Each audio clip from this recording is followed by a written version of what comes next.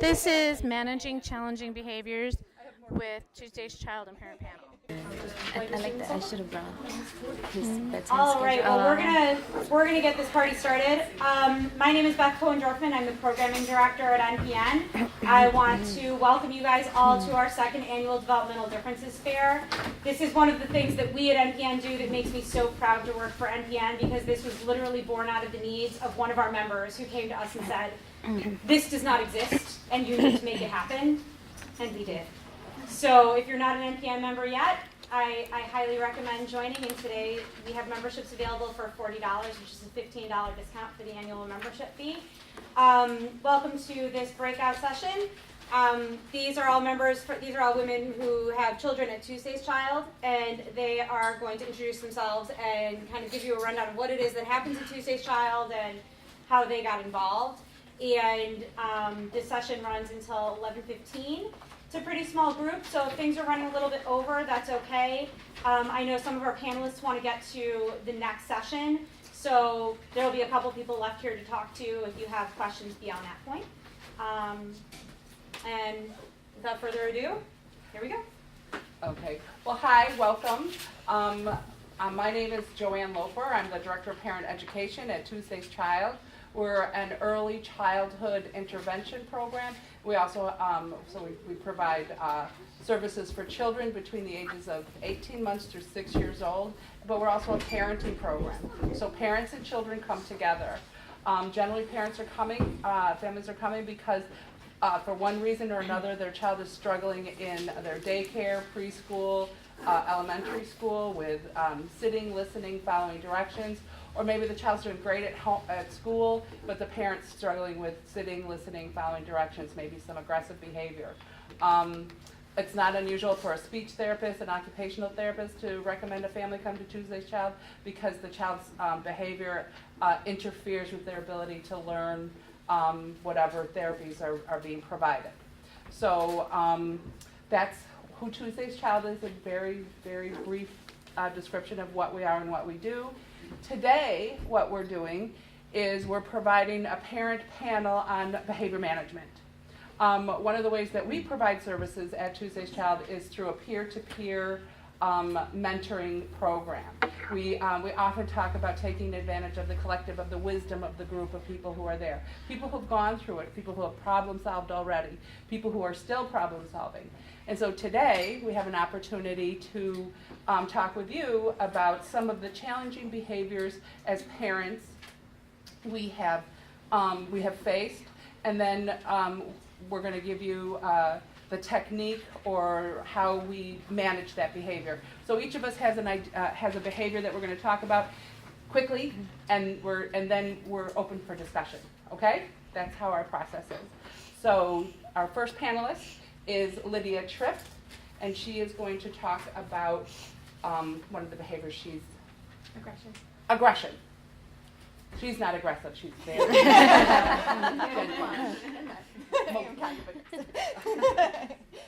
Hi, my name is Lydia Tripp. I have a son named Thomas who's 4.5 years old. Thomas has global developmental delay, which is basically just a long way of saying that Thomas has has developmental delays in a couple of different areas with no known cause at this point in time. So obviously we're still working on trying to figure out a cause. Thomas has or had a problem with aggression. He'd gotten kicked out of preschool, just about every community activity we had ever joined.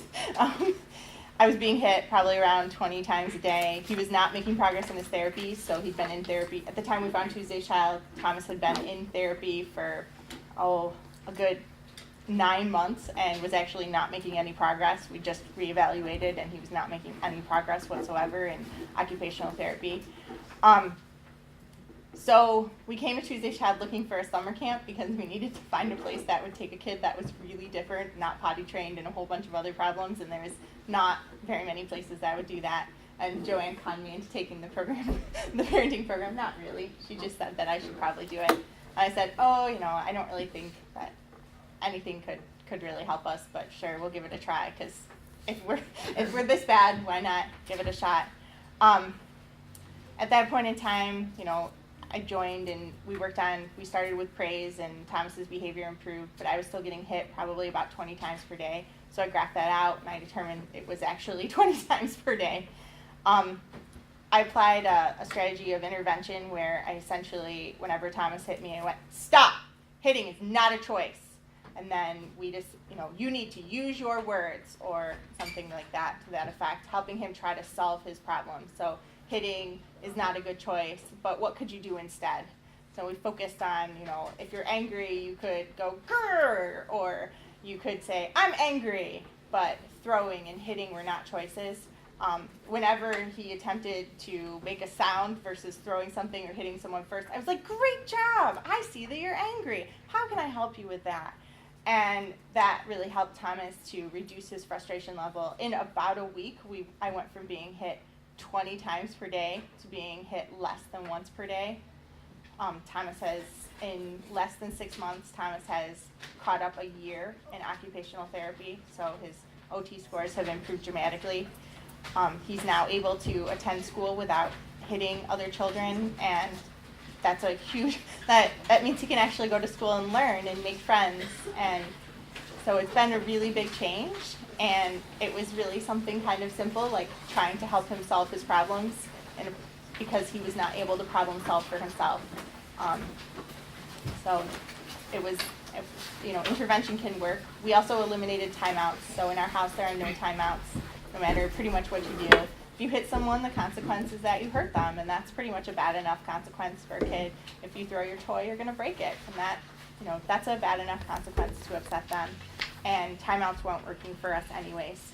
It became a power struggle. I got hit more when we did them, so we eliminated them, and that's made a really big difference in our house. I think from our perspective, we look at discipline as an opportunity to teach them what to do instead. So then we're not really focusing on a timeout, and that's how we can use this technique that Lydia was talking about as a tool to help reduce hitting. Thank you, Lydia. Next is Yesenia Rodriguez, and she's going to talk about how she used reinforcers to shape behavior. Yes. Hi, my name is Yesenia, and I have 2 boys. I have a 5-year-old and I have a 2-year-old. I'm sorry. Hi, everyone. My name is Yesenia, and I have a 5-year-old and a 2-year-old. I started coming to Tuesday Child for my 5-year-old. He was aggressive. He had a lack of speech. He wasn't sociable at all. His methods were to hit all the time, or he'd hide and scream spontaneously. So I started coming to Tuesday's Child to get some help because his doctor had said that he was autistic. But in reality, through evaluations and testing, it turned out that he actually had a speech disorder, sensory issues, and ADHD. When I came to Tuesday's Child, I had gotten the knowledge already, so I was already prepared for what the OT was going to give me and what the ADHD. I was already aware of everything through Tuesday's Child. One of the biggest issues my son had was sleeping. Since he was so impulsive and he wouldn't want to stay still or anything, it was hard for him to sleep. So he used to sleep with me, and it was easier for me and easier for him. But as he started getting older, I knew that he had to start sleeping in his own bed. So through Tuesday's Child, I learned goal planning and visual charts. No, sorry. No, it's fine. I'm very low. No, it's good. Okay. So I did a goal chart, which is / visual chart. He's more visual, so I had to show him the pictures. I had to show him examples of everything. So I ended up doing a goal chart for him. Each day, if he'd stay in his bed and I'd read the book and he wouldn't get up, he'd get pancakes and whipped cream in the morning, and immediate reinforcement was stickers. It was only Wolverine stickers, so they had to be specific stickers too. So every day, well, the first day I started, we laid him in the bed, I took him a bath, we laid down, I read him the book, and if he'd accomplish it, I'd give him a sticker, and he'd put one on the wall, and he'd put one on his body anywhere, and I'd praise him, good job for staying in your bed. As soon as he'd get up, I was over with it, and I'd lay him back in the bed, and I told him we'd try tomorrow. So he'd wake up in the morning, and I'd remind him, you didn't get the pancakes with whipped cream because you didn't get all your stickers in your chart. And he was upset, but I told him, we try again in the morning. It doesn't mean it's over. So the next day, the same thing came, and we did it, and he didn't stay in the bed, so I dropped it. But what I did was, so he could get more of a visual and see that mommy's not playing, I made pancakes in the morning for his brother, and I made pancakes for me, and I put whipped cream. I know it's so hard, and it hurt me so bad, because he kept asking me, where's my pancakes? But I told him, Mommy said, when you get this, every time that you get the stickers and you accomplished it, you would get your reward in the morning, which was pancakes with whipped cream. And he was crying, and I told him, it doesn't mean that it's over, we'll try again. When you get all the stickers, then you get your pancakes, which is another method of to the child, when and then. So the next day, it was a little more easier. He stayed, he tried getting up, but I remind him, I show him the pancakes, and I remind him, your brother had pancakes, I had pancakes. So he ended up staying, and he got the pancakes in the morning. Little by little, as time passed, I wouldn't have to finish the story. He was already going into his bed and dozing off, and he didn't want the pancakes no more. He told me, can I get something else? So I give it to him because that was his reward. I don't think it was more the pancakes. It was more that he knew that he was going to get a reward in the morning, and that's what he expected. So it was easy after like the 7th day. Great. Thank you, Yesenia. And again, like often we know as parents or as providers that using a token system or a reinforcer system can work, but often it's very hard. If it doesn't work the first day, second day, third day, we feel defeated by it, or we think our kid, it doesn't work for our child. Our child doesn't. We can't. There's no reinforcer, no sticker, no token, no nothing that reinforces our child. But we really will have. We really encourage parents to stay with it. Really be thoughtful in your planning out your token system. That when you pick your reinforcer, make it exactly what it is, reinforcing, and then it will. And then it usually does work with a lot of with dedication. Okay. Good morning. My name is Janet Gonzalez. I'm a mother of 4 kids. One 16-year-old, 9-year-old, 7-year-old, and a 3-year-old. I came across this wonderful place to this child like around 7 years ago when I was seeking for help for my second son. At that time, he was 2.5. He was going through speech therapy. When I arrived at this place, he had no speech, no socialization, no bad behavior, aggressive towards himself, not to me, but himself. And I didn't know what to do. At that time, I had my baby girl, which she was a few months old. And I had too many things in my head that, but when I came to this place, at the age of 3, he was diagnosed autistic. And by that time, they taught me a lot of different techniques to work with him or my other kids. And the thing that worked the best in my house, it was praise. Because I was paying more attention to the not good behavior. Like, for example, like he would throw the garbage on my head, but that was just to get my attention. Because we're the most important things in their life. They're seeking for our attention. And no matter what they do, they're going to try to get it. And the easiest way to get an attention for a mother that has to deal with the little kids and other kids and house and everything, it's like doing, screaming, kicking, throwing things on my head and things like that. But I was taught here that I had to praise the good behavior. For example, it was hard for him to grab the empty plate and put it on the sink. And that's the thing we have to praise. Instead of yelling when he didn't put when he left the plate on the table. Or like he would put the garbage in the garbage can instead of throwing the garbage to my head. Switch it, do the opposite. Observe the good behavior for our kids. And that's what I was taught. And I will do a lot of verbal follow. Like, for example, Aaron is grabbing his garbage and he's walking towards the garbage can and he put it in the garbage can. He will look at me and say, wow, she's watching what I'm doing. He will be happy, and then I will put a check mark because they will give me a chart where I have to put how many praises I would give him during the day. Like for our first week, it was hard even for me to observe good behavior because it's more often that we are just screaming and yelling for bad things that they do. And the first week, it was like maybe like 5 little check marks for the entire week. For him and for me it was hard, but I came back and they give me ways to do verbal follow. Verbal follow works very good for everyone around the house, even for typical children, because they like our attention no matter what. And I did a lot of verbal follow. Once my praise were high enough, then I can apply differential attention, because you cannot give differential attention to a child that is not being praised enough for the good things they're doing. So, but that like the first month, I had like 20, 30, and then I came. It was for my surprise. And I love the chart that Maria gave me, because I saw the first week it was like 2, 3, 4, and it was increasing and increasing, and the behavior in my house, and there's less screaming, less stress for everybody around, even for the kids, because they get stressed too by us being stressed. I'm sorry, I'm nervous, but us being stressed in the house. But it was great. Like when I started having like 20 and 30 praises for a day, it was like a big accomplishment for me as a mother, and for them, that they see that they have this different mom that was acknowledging all the good things they were doing.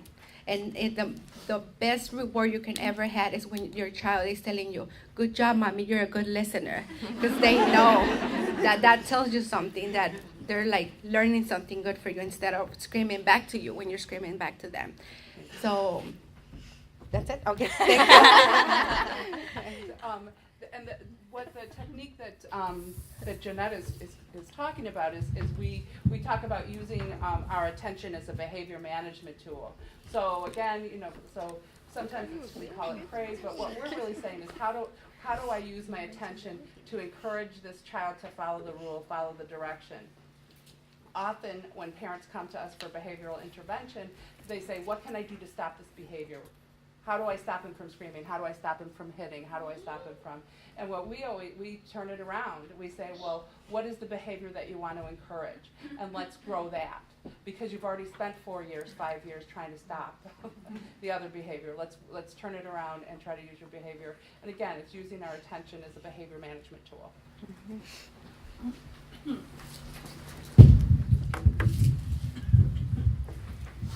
Hello. Can everybody hear me okay? Because I tend to use my hands a lot. Like I talk with my hands, so so it's a lot more. Yourself. Yeah.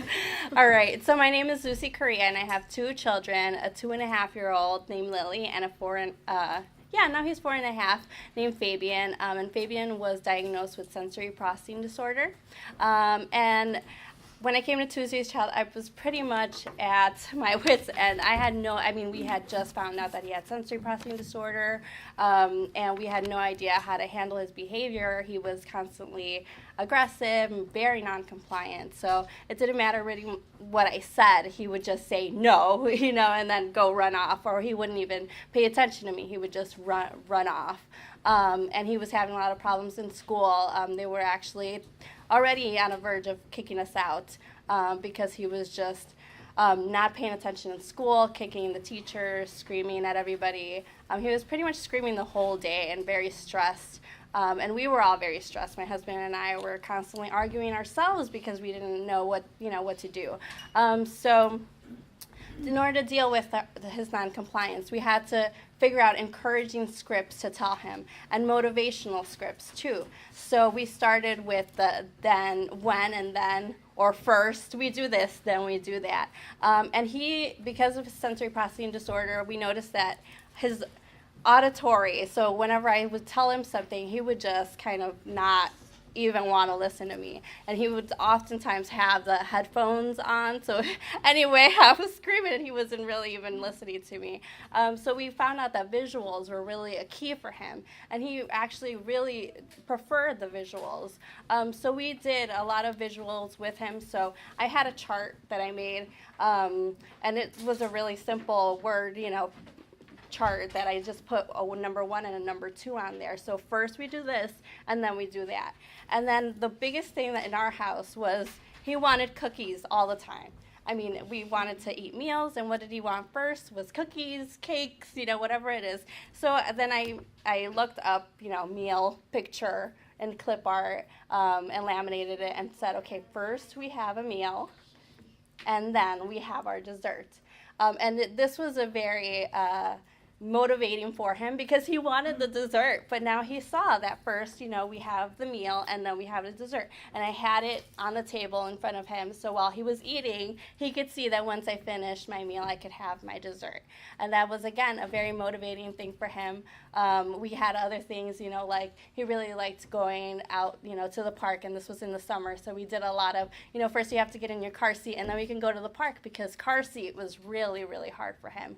But knowing that there was a really good ending to, following the directions was going to be really rewarding for him. So it was a great way to use the visuals, because I tried, talking to him and telling him first this and then that, and that wasn't working. But once I put in the visuals for him, it really stuck to him, and he really understood it then.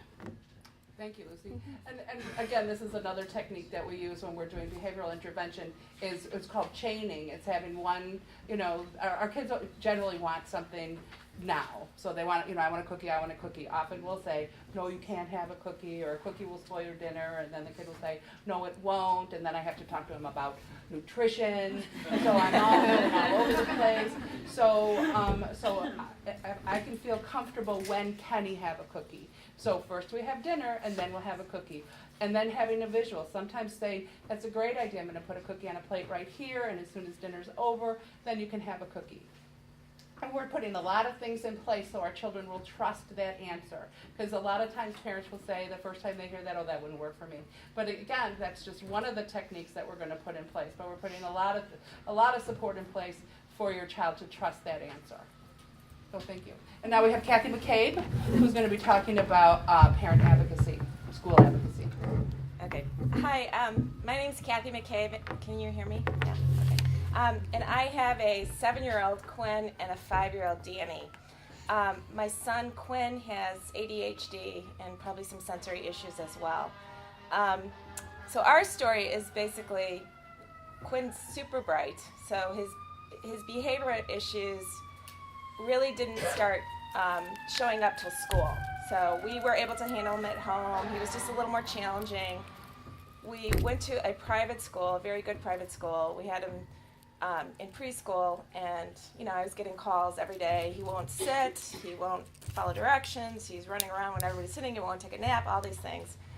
And they suggested actually Tuesday's Child, thank God, which really saved our lives. And all these techniques we have used to great success. So they were very, very helpful. But what we started doing with the school is to change the dialogue with the school. So the call, and at the end of the day, it's like, oh, well, your son was kicking the table, and then he was doing this, and it was all these bad things. And our first reaction is like, okay, we're going to bring him home, and you're going to have a timeout, you're going to lose this. The kid's already been punished at school. So it's like, then you're just adding more things on him to make him feel bad. So Tuesday's Child really helped us reframe the dialogue with the school. It's like, okay, tell me 3 great things he did today. You can tell me about the other things, but that's what I want to focus on, and that's what we would reward him for. Even if it's like he walked through the door, great. And so that's that we really saw big changes, and that helped us so much. Changes with behavior. Lunchtime. At lunchtime he would put food on his head to be silly, and all these things. And Tuesday's Child, again working with them, it was like, okay, maybe we could do instead. He sits nicely during lunch. He doesn't play with his food. He'll get to tell a joke, at the end of lunch, and he got to do that. So those are. It was like, what can he do? We changed that dialogue, and we helped the school. We then reached kindergarten, and his behavior was, not good in kindergarten as well. It was actually kind of a nightmare. And Tuesday's Child, again, helped us quite a bit. But we went through an IEP process with the local public school, and I was able to, he's now in 1st grade, and he has an aide, and he's got, Supports and accommodations. Yeah, incredible accommodations. And I would just say, as a parent, if your child has, behavioral issues, it really doesn't, you want a diagnosis to help you figure out, what's going on. But more importantly is, as a parent, you want to work with the school to say, how can I help the school set him up for success? How can I help, and that should be like, what does he need at school? Does he need to, maybe stand while he does writing? Does he need a fidget ball while he sits? All those kinds of things. And there's lots of great resources out there. If your child's, younger than 7, I highly recommend going to Tuesday's Child, getting support there. There's a website called Wright's Law, WRIGHTS Law, that has a lot of great information on the IEPs. I would also say, when your kid is having issues with anything in school, document it. Document it with the school. The fact that we got an IEP and I got all these, great services, I think helped that I had, documentation like, a foot high with all of, the behavior. And that helped greatly. But I will say now, first grade compared to kindergarten is like night and day. Night and day. I mean, and I'm so grateful. I mean, we still have our issues. It's not, we still have bumps in the road, but. He's still a 7-year-old little boy. Yeah, but for instance, he has a behavioral chart at school and he comes home, typically, he can earn 15 stars a day and he comes home earning 13 or 14 or 15 every single day. So it's really amazing. So I guess that's my story. So Thank you, Kathy. And we talk a lot about advocacy at Tuesday's Child and about how to be a good partner with your school. There's it's very difficult. Sometimes we're blazing our own trail. Your aunt didn't do it, your mom didn't do it, your sister didn't do it, your neighbor didn't do it. And even if they did, they were advocating for a different child. And so and that's what a lot of us are kind of doing when we're going through the advocacy, advocating for our children in school, whether it's for an IEP or if some of our children don't even need an individualized educational program. Sometimes all they need to do is for the teacher to say 3 good things about your kid when you're at pickup. And that's really hard because I think as parents, we have some of our scripts that we go to the door are, how do you do today? And look at you're all worried. Or you say, my husband and I, like rock, paper, scissors, who's picking him up? You didn't want to be the one to pick him up that day because you knew what the morning was like. So kind of when you go to pick up, hearing 3 good things that you can help celebrate with your child at home. When my teacher would say, what my child struggled with in the classroom, I would say, oh, that sounds hard. What did you do? How did you handle that? And then she would say that. I'd say, that was a great job. And then I leave. So again, it's like creating a more positive dialogue is what we talk about in terms of advocacy. So the process here was we talk a little bit about what it is, what some of the issues that we kind of struggled with and that we accomplished with behavioral interventions we were able to use and successfully. But we want it to be interactive. If anybody has any questions for the panel. You were first. Jackie, I have an 8-year-old little girl with, she's on autistic spectrum disorder. She's moderate, and she's a great kid. But what I'm getting here is that there's a lot of changing of my attitude that has to go on. And I really appreciate all you moms coming up here and being honest about your situation. That said, I have 2 questions. My first question is for Kathy McCabe. I totally get the advocacy piece of it. I mean, I have like the big joke in my house is like, if you don't have baby books, read binders. Like I photocopy her homework every night, all that good stuff. She is in an excellent autism immersion classroom. My question is, how do I go get the things that get these services for my kid that are fabulous, but also knowing that I have to that I have to use the language that the school system uses, like, it's the old, I want what's best for my kid. Well, and I had to change it to, I want what's appropriate for my kid. Mm-hmm. Have you run into any of those issues, like a conflict with wanting what was best or appropriate for your kid, but also it kind of clashing with the way that you're supposed to do things in the system? Yeah, well, I guess the best way I can answer it, we were at a private school, now we're at a very good public school, so that's night and day. And at the first, as a general thing is, if your kid has behavioral issues or any kind of issues, I mean, you personally, you don't want to be in a private school because they don't have those resources. No matter how good, no matter how hard they try, they just don't have those resources. As far as Joanne probably could answer that question better than I can. I'm not an expert on IEPs. I can only tell you what. I mean, right now the school I'm at is fabulous. I'm in the suburbs. We moved there because I did a lot of research and I thought that was the best place for us. And the dialogue. I mean, I talk to them every day. I give suggestions, and so I have a great team right now.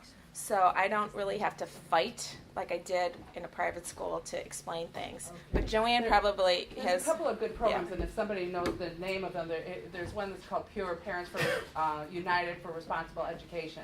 But there's another one that the Chicago Public Schools puts on. It's a training program for parents of children with disabilities, and the name isn't coming to me right now. Family Resource Center. I love them. They're yeah, awesome. So they're a great place to go and to to learn parent advocacy. And again, parent advocacy only goes so far. If you're really struggling, we always recommend getting a good advocate. And I understand that the speaker at the end of the day, the Susan Singerman, I understand she's a very good advocate. Would be a great one to go to go and listen to her.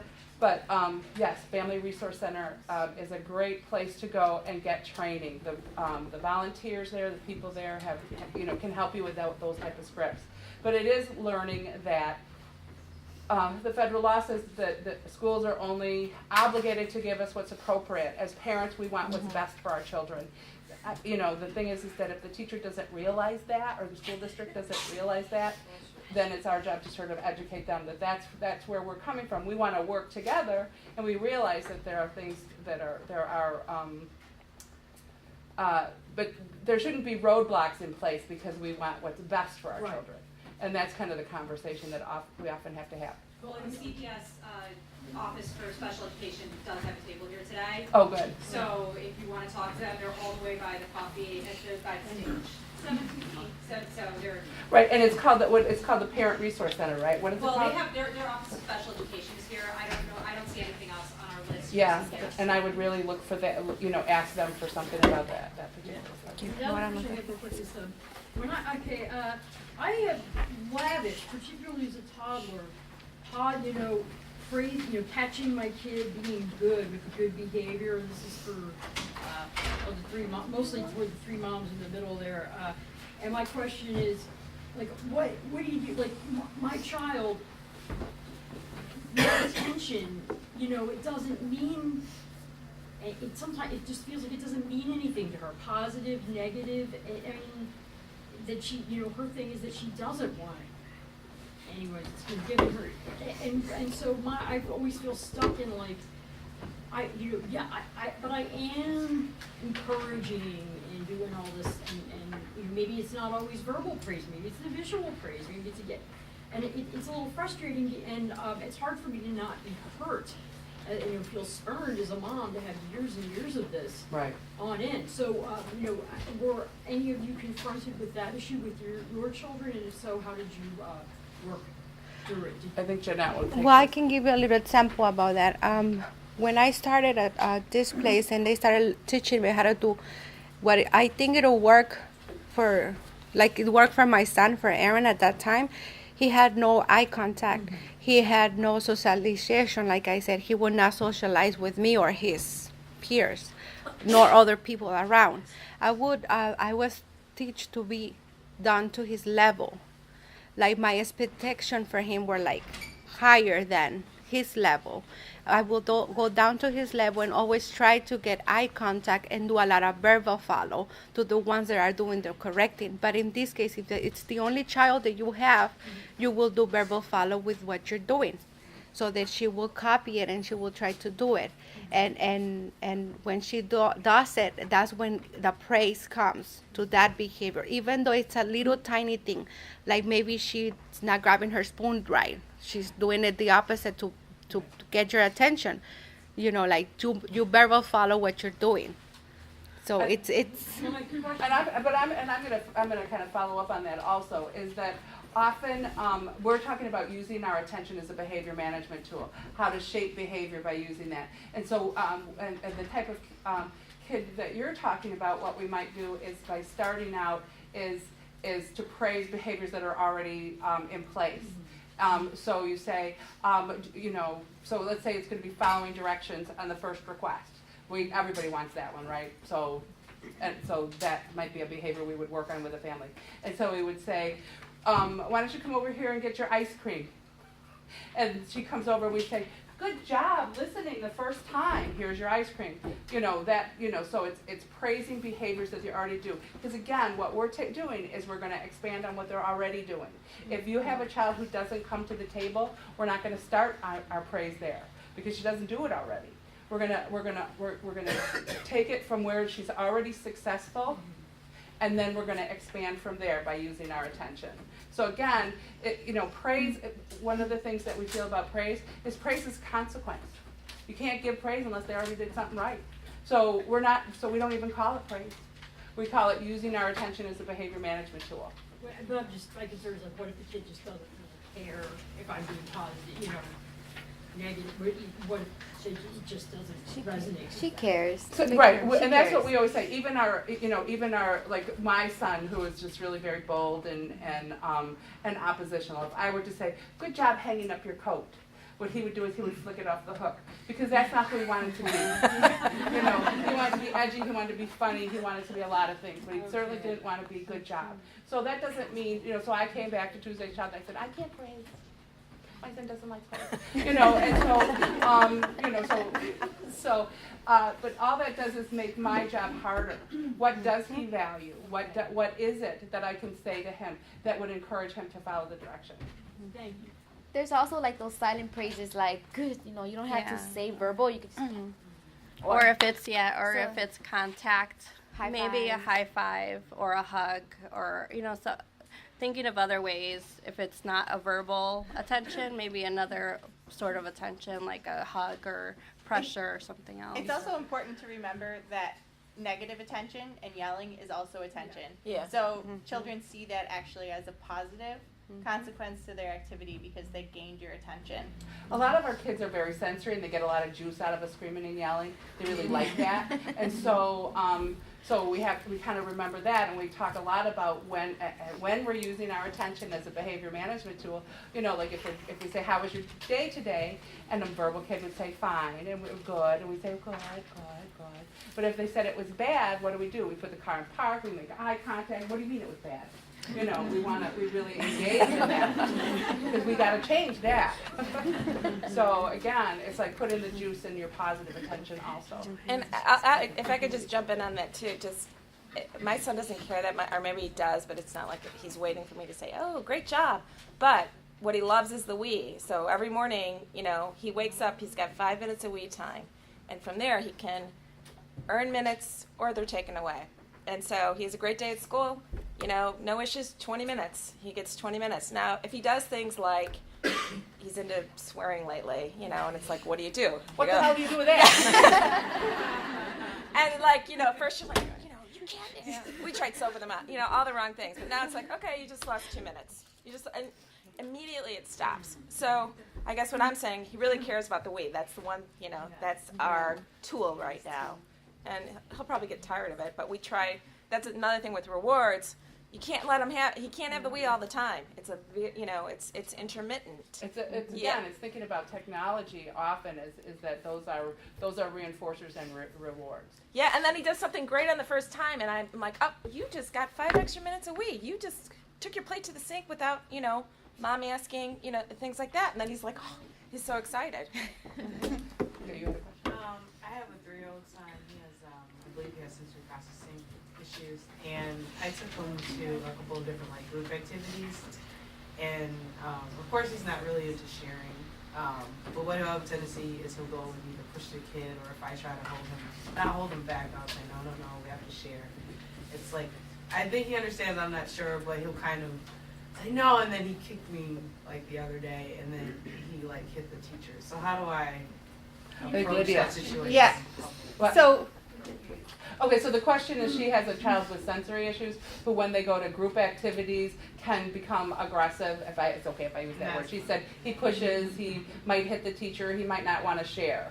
And so it's how to manage those type of behaviors in at like a moms and tots or a music class or library. I was kicked out of library many times. yeah. So the first thing I would do is actually probably just stop attending those for a while, and because it's a situation he can't handle right now, and he can't meet that expectation, and start one-on-one play dates, and you actually taking time to play with him and helping him teach those play skills so that he can learn to share with you, doing some things like, they call it floor time, I think, but basically I would sit down with my son and I would, do something not appropriate when playing. So like I would take his toy and then he would go, "Ah!" and hit me, and I would go, "Stop, we don't hit. What do we do? What should we do?" And help him through the problem solving so that he could learn to say, "Don't take my toy. I don't like that," instead of hitting someone, and then ask for his toy back so that he could gradually learn those skills in a safe environment. And then I slowly started bringing him back into community-based activities once he had more of those skills. Because at 3 is kind of a tough time. We had a really tough time at 3 because at 2 it's parent and child activities. At 3 it's expected to be parents aren't involved. And if your kid isn't ready for that, they're just not ready for that. Like no amount of taking them is going. If they don't have that skill, they don't have that skill, and they need help to learn that skill. So I thought it was really helpful for me to actually see my role as teaching him those skills and providing controlled environments. So, going to other people's houses whose kids had issues was actually helpful because it was a lower stress environment. Showing up at my friends' houses who had typical kids was an extremely high stress environment because their child had an expectation that my son couldn't meet, and those parents had an expectation that we could not meet, and we often had to leave. So we looked for simple situations. The park was a great one for us because even though there are a lot of kids, there were easy ways to incentivize good behavior, right? With bad behavior at the park, you had to go home. So if you had good behavior, you got to stay for longer and other things. So it was easy to sort of work on those. Plus, I was standing right there. So it was easy for me to walk over and help him out in a situation that was more complicated rather than at a community activity when maybe there wasn't enough room to run around or I couldn't intercede because I wasn't actually there. We often say, thanks, Lydia, and we often say, your child just doesn't know how to share in a classroom environment. So that's good information. Now we just need to teach them. Often when we say, my kid, I can't go to the library, we got kicked out of music class, or whatever, those that you feel very defeated as a parent. But the next thought is, well, how do I teach him how to do that? And that at least gives you some ideas of what it is you're supposed to do.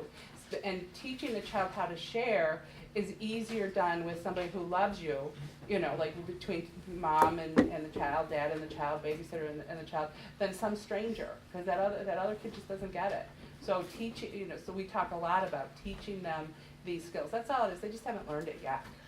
We also use with my son, we also use some really great scripts that are actually written into his IEP with regard to sharing. So, Thomas comes over, tries to grab at someone's toy. We go, "Thomas, grabbing a toy is not a choice, but it looks like you want to play with that." And goes, "I want to play," make some sort of attempt to say the right thing. And we say, "Good job asking, good job using your words." And then the other child says, we say to the other child, "Thomas wants to play with that toy. When can he have," and they go, "No," and because that's what every preschool age child says. And then the teacher says, "Well, can he play with the toy in 2 minutes or 5 minutes?" Giving a nice visual. And the child always says 5 because they always want more time. And then we go back to Thomas and we say, "Tony says you can have the toy in 5 minutes, Thomas."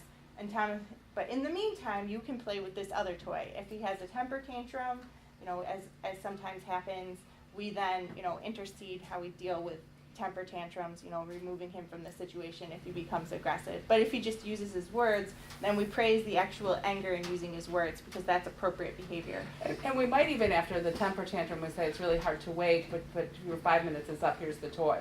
Because he needs to, well, we would say behaviorally, he needs to see when he waits, it doesn't have to, you know, good or bad, he still gets the toy. Yeah, and they set Again, a timer for him at individually, school. we would When look the at timer that. dings, he gets the toy. So we have time for one more question. Yeah. Yes, I have two granddaughters that have an IEP. Their ages 8. They go to Lincolnwood. My question is the district supposed to have like an advocate that comes to the school and speaks on behalf of the children for things that they need that are on the IEP? There is a special education advocate and the Chicago Public Schools that throughout, you know, they're assigned to several schools, and so they can be available to help, but in general, no. I mean, it's there to help if you feel that their IEP isn't being met. Okay. So there is an advocate that the Chicago Public Schools do have that's available to help you help your child. But you have to ask for it, request it, and then you have to sort of, you almost have to justify why you want it. Okay, all right. It's like they're not. And it's called an SA, which is it's Special Education Advocate. Okay, a special education advocate. Yeah.